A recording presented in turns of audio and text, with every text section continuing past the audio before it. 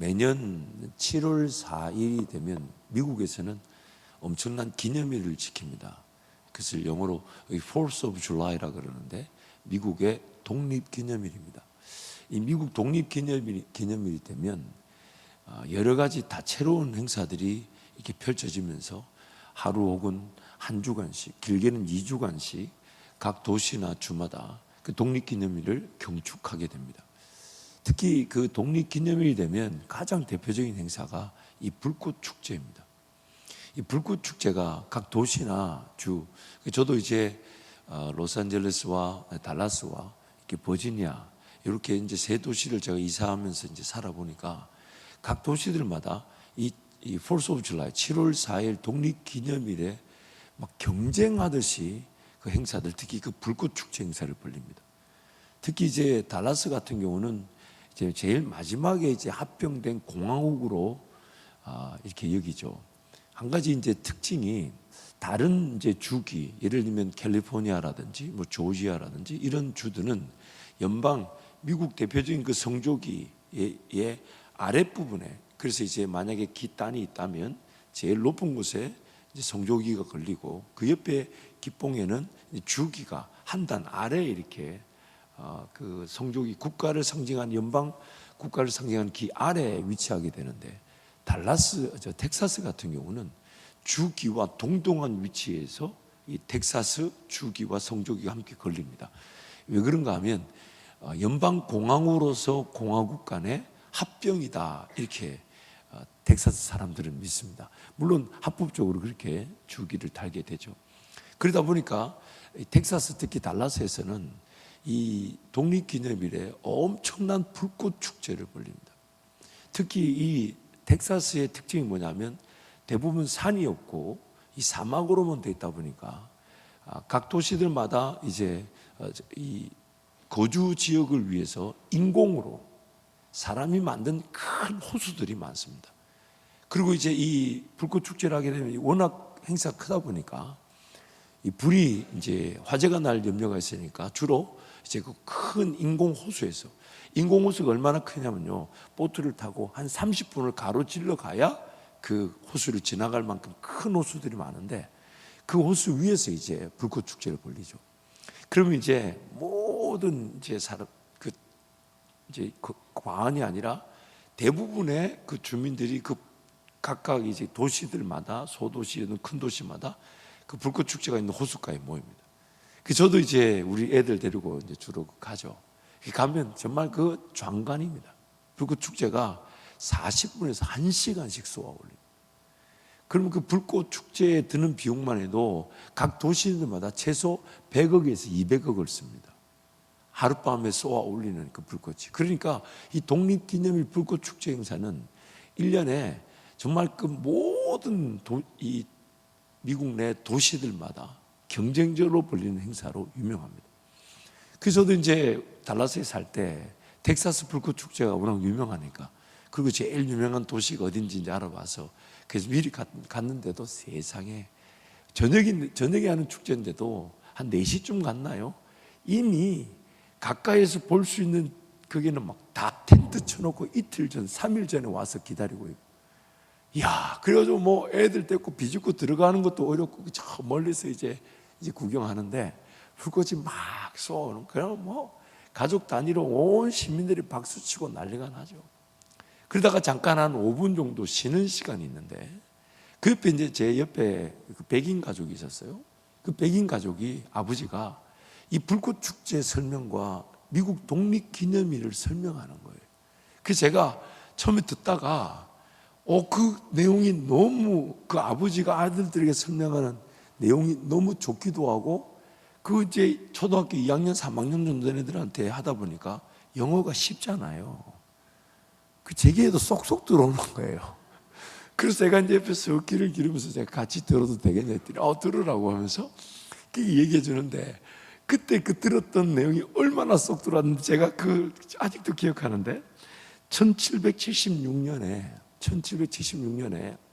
영국에서 대거 이 국민들이 미국으로 건너와서, 대부분 이제 신앙의 핍박 때문에 건너와서 이 미국 땅에 정착해 살다 보니까 이곳에 사는 사람들에게 어떤 인프라를 제공해주고 세금을 거두기 위해 자연스럽게 영국 식민지가 된 거죠.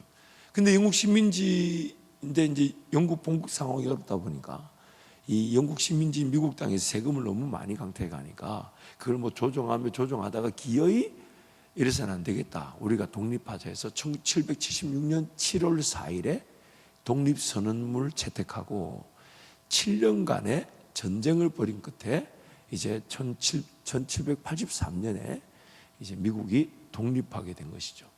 그 얘기를 이 아이들한테 물려주는 거예요. 그러면서 그 역사적인 어떤 사건을 설명하면서 뭘 얘기하냐면 오늘 우리가 이런 자유를 가지게 된 것이, 우리가 이렇게 미국이란 나라를 세우게 된 것이 그런 어떤 선조들의 헌신과 수고가 있었고 그들의 피땀 흘린 그런 고충을 통해 그런 충성을 통해 이 나라가 이렇게 세워졌다.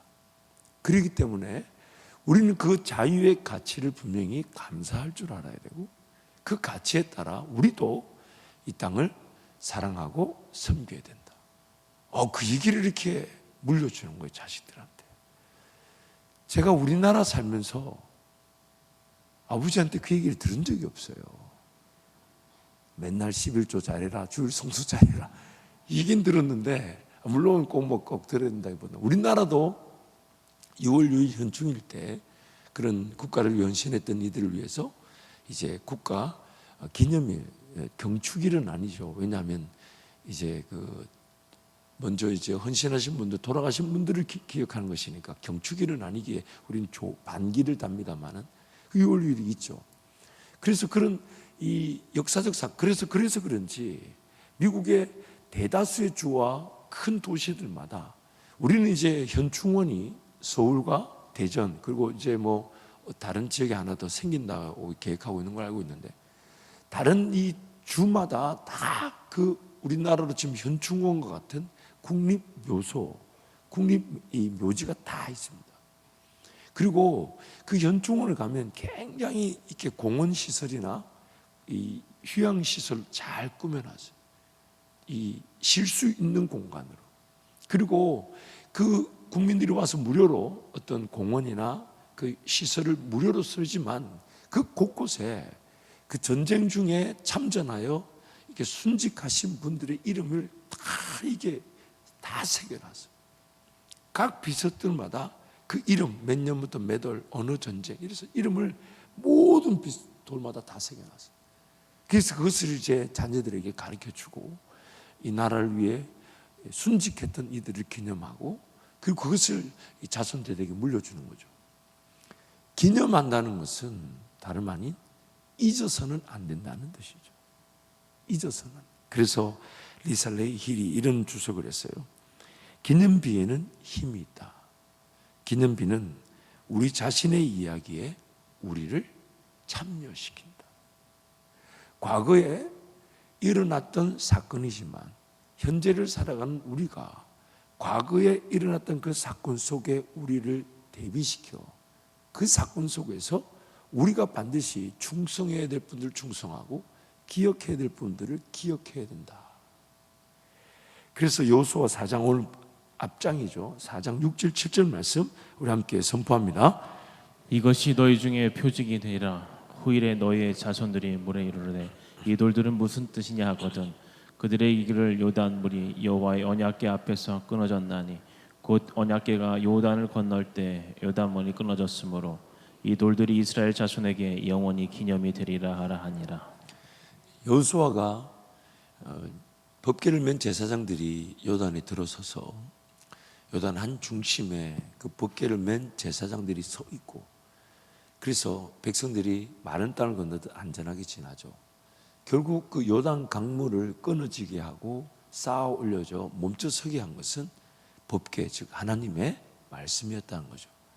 그리고 이제 12명의 각 지파 대표들을 뽑아 요단강 한 중심에 법궤를 맨 제사장들의 그 발 아래 돌들을 하나씩 어깨에 매라고 합니다. 그것을 메고 나와서 기다리고 있다가 유숙하고 난 다음에 이제 법궤를 맨 제사장들이 백성들이 다 지나고 난 다음에 그들이 이제 나와서 그 요단강 건너편 땅, 이제 동편에서 서편으로 건너왔으니까 건너편 편에 마른 땅을 강가에 올라서자마자 그 멈춰섰던 요단 강물이 다시 범람했다는 것이죠. 그리고 이제 그 강가에다가 이 기념비를 세우라고 했던 것입니다. 그 기념비를 세워두고 그 기념비를 누구든지 볼 때마다, 그리고 자손들이 이 돌들의 기념비가 뭐냐고 물어보면 반드시 그 기념비, 즉 하나님께서 요단 강물을 멈춰 서게 하시고 우리로 하여금 마른 땅을 지나오듯 요단을 지나 이 약속의 땅에 들어오게 하셨다. 그것을 반드시 가르치라는 것입니다. 기념하게 하는 것입니다. 그래서 오늘 이 기념비적 사건이 우리에게도 전해지고 있는 것이죠. 하나님 말씀이, 하나님은 계속해서 그 구전으로 전해지길 바라셨어요. 그래서 아담과 하와 때도 이 기록된 말씀이 없었죠. 필요가 없었어요. 왜냐하면 타락하기 이전에 아담과 하와는 하나님이 어떤 말씀이든지 다 들을 수가 있었습니다. 그리고 하나님과의 소통의 관계 속에 하나님께서 모든 것을 가르쳐 주실 뿐 아니라 하나님께서 우리에게 말씀하신, 그리고 우리가 하나님의 경험하고 기억한 것을 이제 자손들에게 물려주고 물려줄 때 그게 천국이었어요. 하나님을 내 인생에 만나고 내가 만난 하나님을 자손들에게 물려주고 그들은 그 내가 만난 하나님의 얘기를 들으며 하나님을 꿈꾸고 하나님을 기대하고 하나님을 사모하여 그들은 내가 만난 하나님보다 더 놀라운 하나님을 만나게 되고 그것이 자손들에게 또 물려져서 그들은 그 하나님을 듣고 기대하고 사모하고 하나님을 경험하고 하나님을 만나고. 성경이 분명히 말합니다. 우리는 어느 시대에 어느 지역에서 태어날지를 하나님이 다 정하셨답니다. 연대와 거주의 경계를 한정하셨다고 합니다.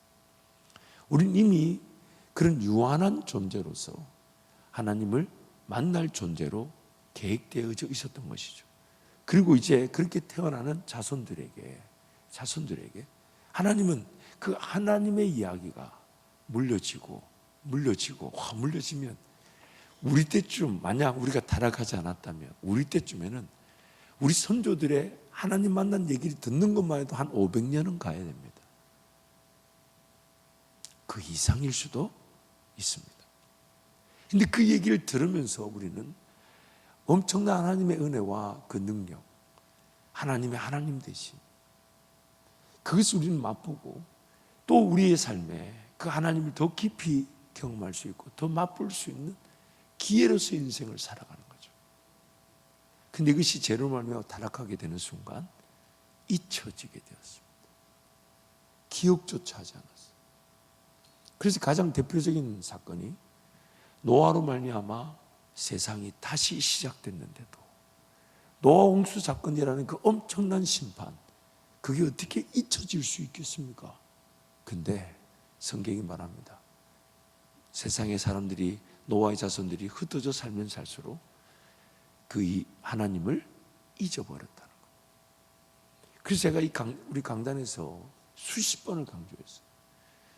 고려시대 혹은 그 위에 삼국시대 혹은 그 위에 고조선 시대, 그때 하나님 예수 그리스도가 전해지지 않았던 시대에 그들은 복음을 전해 듣지 못한 채 지옥 간 거 너무 억울하지 않냐라고 말하지만 성경이 이렇게 말합니다.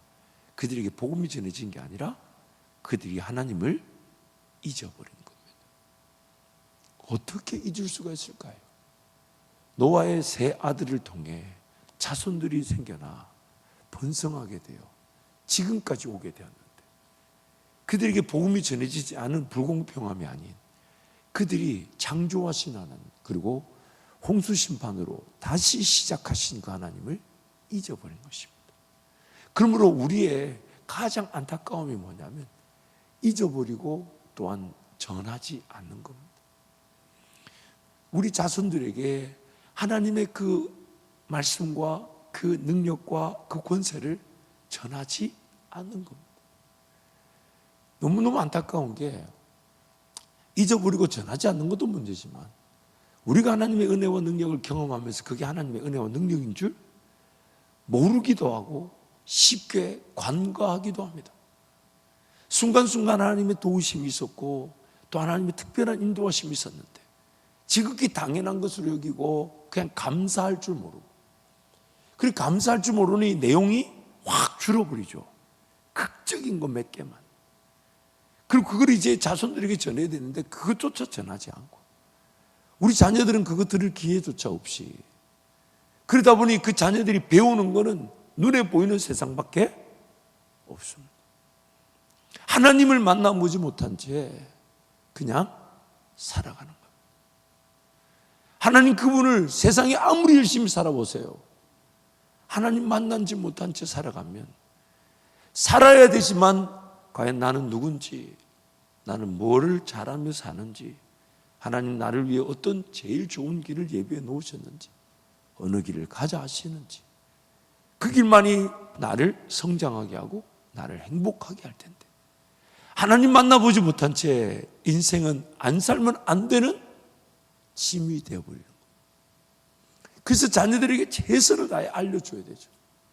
알려주고 또 알려주고 또 아우, 자녀들도 엄청난 죄인들이잖아요. 들으려 할까요? 안 들으려 할까요? 아유, 기적의 얘기를 얘기해줘도 반가워하질 않아요. 야,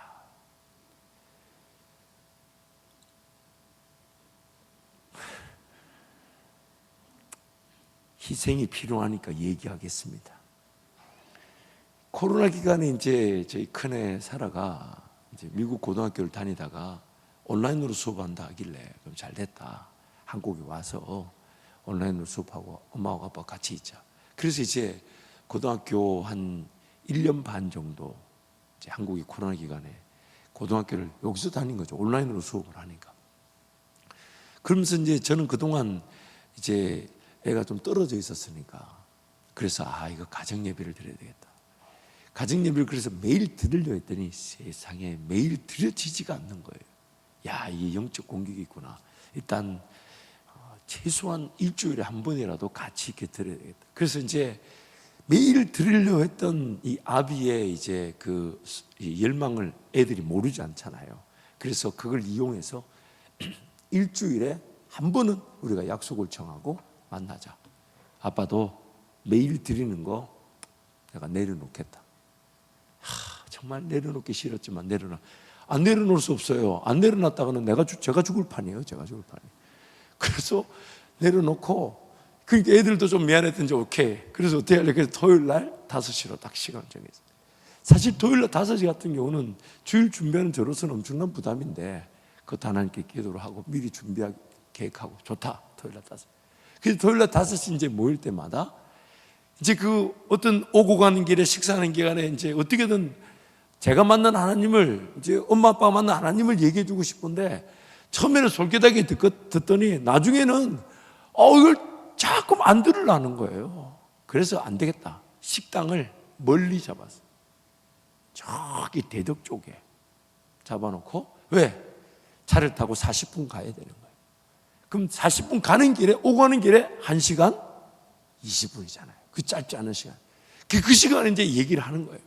이제 그러니까 차에 딱 가다 놓고, 어디 뭐 갈 거, 식당 가면 뭐 이게 먹어야 되지, 뭐 소리가 분주하지, 이게 뭐 안 되잖아요. 그러니까 오고 가는 길 잘 됐다. 멀리 가자. 그래서 저 멀리 차에 가다 놓고 잘 됐다. 오고 가는 길 얘기하는데 이게 한 2-3번 정도는 통하더라고.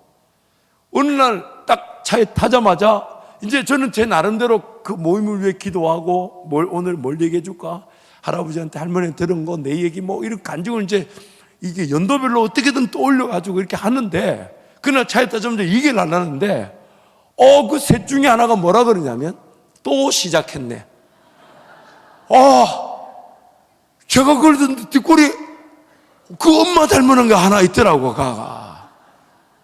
그래가지고, 이거, 그래도 순간 제가 말을 못했어요. 그 40분 동안 5명이 조용하게, 그 한마디에 완전 영적인 패배감이 차 안에 꽉 찬 거예요. 그 제가 이거를 차를 돌려, 근데 만약에 차를 돌리면 이 사건으로 해서 최소한 뭔가 화해 조정 기간을 또 적지 않게 침묵과 패배의 시간을 보내야 될 것 같고, 야, 이걸 어떡하나. 그래서 꾹 참고 그 식당까지 딱 가서 주차장에 내려서 식당 들어가기 전에 이거 어떻게든 풀어야 되겠다. 모두가 다 인지하고 있으니까 그 식당 입구에 딱 적절한 약간 외진 데가 있더라고.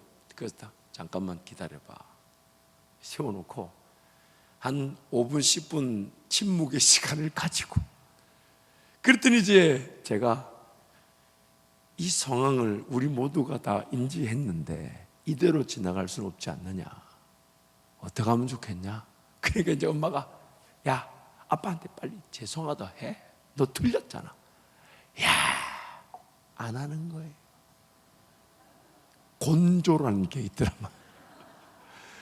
안 하는 거예요. 그런데 이제 어떻게든 거기서 이제 화해하면서 또 식당에 가서 먹는데, 이 영적인 상황이 녹록지가 않아요. 그러다 보니 오늘 우리가 하나님 은혜와 능력을 누린 것도 감사할 줄 모르는 문제가 있는데다가 그것을 자녀들에게 전해야 되는데 그거를 잘 전하지 않는 문제도 있고, 우리 자녀들도 그걸 듣지 않으려고 할 뿐만 아니라 기억조차 하지 않으려 하는 거예요. 그래서 하나님께서 우리에게 계속해서 구약의 모든 역사 속에 기회만 되면 자녀들에게 가르치라, 자녀들에게 가르치라, 자녀들에게 가르치라, 다음 세대에게 전하라. 우리 신명기 6장 말씀 우리 함께 선포합니다. 이는 곧 너희의 하나님 여호와께서 너희에게 가르치라고 명하신 명령과 규례와 법도라. 너희가 건너가서 차지할 땅에서 행할 것이니 곧 너와 내 아들과 내 자손들이 평생에 내 하나님 여호와를 경외하며 내가 너에게 명한 그 모든 규례와 명령을 지키게 하기 위한 것이며 또 내 나라를 장구하게 하기 위한 것이라. 이스라엘아, 듣고 삼가 그것을 행하라. 그리하면 내가 복을 받고 내 조상들의 하나님 여호와께서 내게 허락하신 것 같이 젖과 꿀이 흐르는 땅에서 내가 크게 번성하리라. 이스라엘아, 들으라. 우리 하나님 여호와는 오직 유일한 여호와시니 너는 마음을 다하고 뜻을 다하고 힘을 다하여 내 하나님 여호와를 사랑하라. 오늘 내가 네가 명령하는 이 말씀을 너는 마음에 새기고 내 자녀에게 부지런히 가르치며 집에 앉았을 때든지 길을 갈 때든지 누워 있을 때든지 일어날 때든지 이 말씀을 강론할 것이며 너는 또 그것을 내 손목에 매어 기호를 삼으며 내 미간에 붙여 표로 삼고 또 내 집 문설주와 바깥문에 기록할지라. 아멘. 감사하게도 그때 이제 그 몸부림, 그 다툼 속에 이제 저희들의 가정에 일주일에 이제 한 번의 예배가 그래도 지금까지 잘 지켜지고 있습니다. 온라인으로 드리는 거니까요. 월요일 날 이제 미국 시간 저녁에 우리 한국 시간 오후 한 2시나 3시쯤 이렇게 드립니다. 또 감사한 것은 이제 성경을 이제 한 권씩 이게 제가 우리 아이들과 함께 이제 강해를 합니다. 그래서 지금 이제 에베소서, 갈라디아서, 로마서를 떼고 나니까 우리 큰애가 사도행전을 하고 싶다 해서 그 사도행전 말씀을 지금 나누면서 참 저로서는 행복하고, 그리고 이제 걔가 우리 자녀들이 가르치면서 꿈이 하나 생겼다 그랬죠. 여러분하고 그 꿈을 나눴었는데 그게 뭐냐면 나중에 우리 자녀들의 자녀들이 태어났을 때 이 할아버지가 수련회를 탁 하면서 우리 자녀들한테 말씀을 전하고 싶어요. 우리 손주들한테. 물론 그 아버지 엄마들한테 제가 수련회비를 톡톡하게 받을 것입니다. 강사비를 크게 받고, 그리고 장소도 하와이 호놀룰루로 해라, 힐튼 호텔로 해라. 그때 돼서 내가 딴 거는 내가 바라지 않겠고, 그래서 물론 그때 돼서 우리 손주들이 잘 들어줄지 안 들을지 모릅니다. 그러나 우리 자식들 그 영적 대적 세력보다는 좀 덜하지 않을까. 왜냐하면 그때 되면 제 마음이 좀 더 영적으로 부드러워져 있지 않을까. 그렇지만 그런 꿈을 꿔보고 기도해 봅니다. 하나님, 다른 그 어떤 것보다 우리 아버지 어머니가 만났다는 그 하나님을 저도 잊지 않고 우리 자녀들에게 전해주고, 제가 만난 하나님을 저도 기억하고 우리 자녀들에게 그것을 물려주고 싶습니다. 다른 그 어떤 기록보다 하나님을 만났다, 하나님을 만나면 된다, 하나님 한 분이면 충분하다, 그 얘기를 물려주고 싶습니다.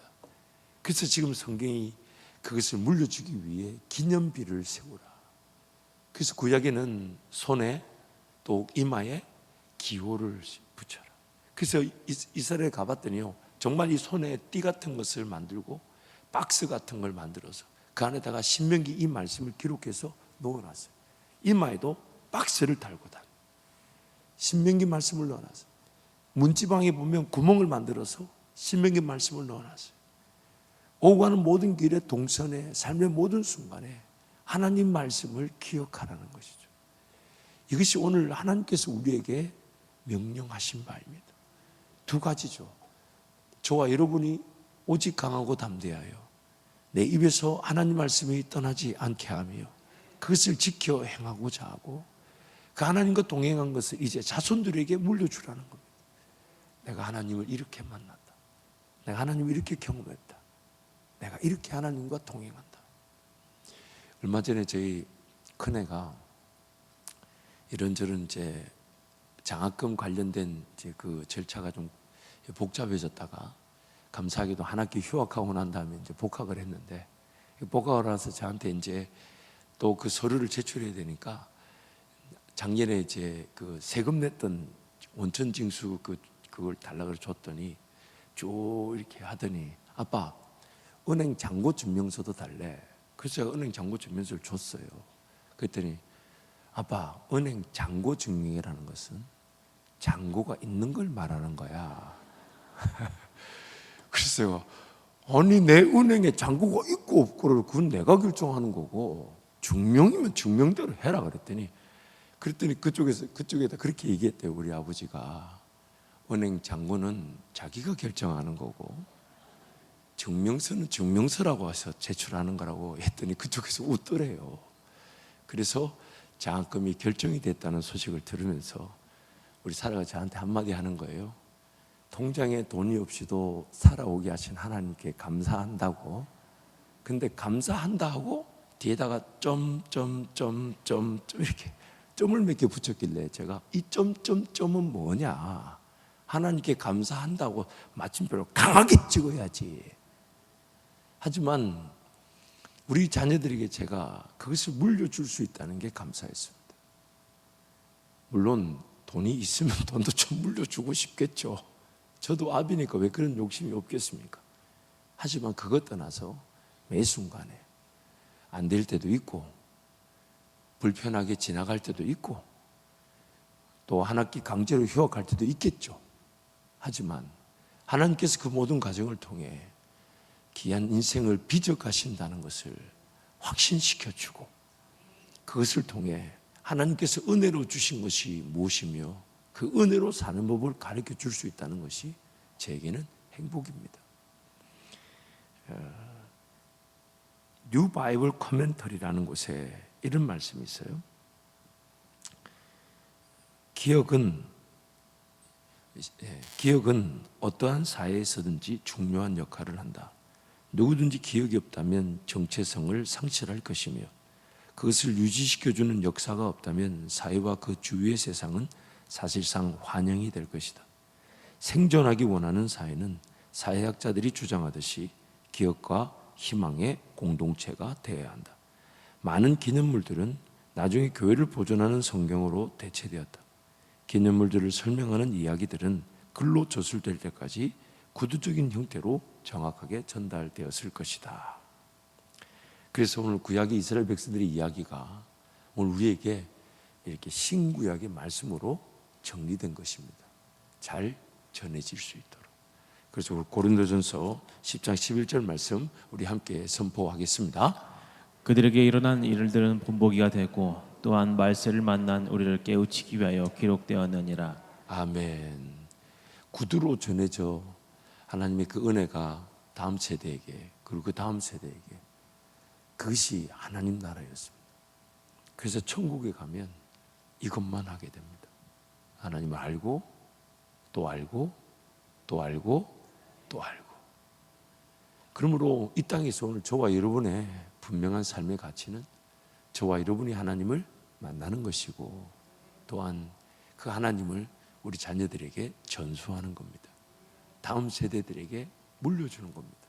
영적인 유산을 심어주는 것입니다. 그리고 그 이야기가 그들에게는 우리가 누린 하나님의 은혜보다 더 좋은 시작점이 돼요.